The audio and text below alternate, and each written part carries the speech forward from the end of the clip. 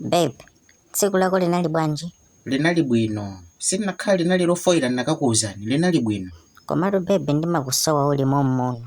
Ndikumakusowa atu masiku ano. Sukumandipatsa nthawi yako. Olokucheza tinacheza kalekale nyumba muno. Komatu mukuona kuti ndikupanga za ntchito apa. Ndikupanga za kuntchito ndikubalasa zinthu apa. Ndiye ndisiye za kuntchitozo ndizipanga zomacheza ndinu. Munthu timacheza mukakhala kuti tili free. Osati panopa papa ndikupanga kaye za ntchito. Basi pepani pangani kaye za ntchitozo. Pakhomo panoto pamafunika sopoti zisambira. Shugali zomwena ti. Magetsi tilipire madzi. Ndeti zingocheza tipanga zimene. Ndati basitu. Makhala ngati mwana bwanji nthawi yake. Hello? Bobo kaiweyo. Ineso ndakusowa bwanji ndakusowa kwambiri. Kungoti panopa munayamba matama muje. Olo kuntchito kuja paja pamene kudziwa zoti mmene tinali atsikana atatu muja timakuti makuyang'ana iweyo kuti ubwere usadye nawo.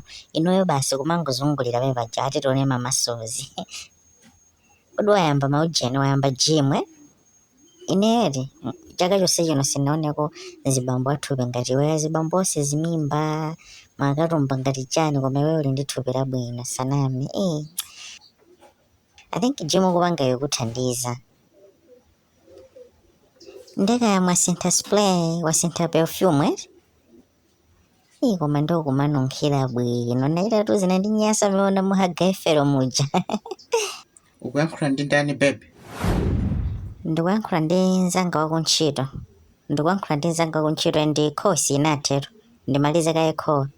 Ndi zibambo? Komanso mukugwira ntchito ndinanga muloleraso bwanji za foni yanga muchita kumva kuti ndikuyankhula foni sinamalize ndi pamene mukundifunsa mafunso anu. Mesa mukugwira ntchito.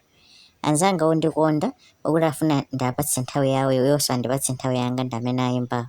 Ndi musandisokoneze pakhowo payi. Inuyo tazipanganiza ntchitozo pamenepo. Muja sole timayankhulana ndi anthu kuno. Andimanena kuti kumanunkhira bwino. Ngati maso ubwera mu office mwanga ndibwera ndineyo mu office mwako.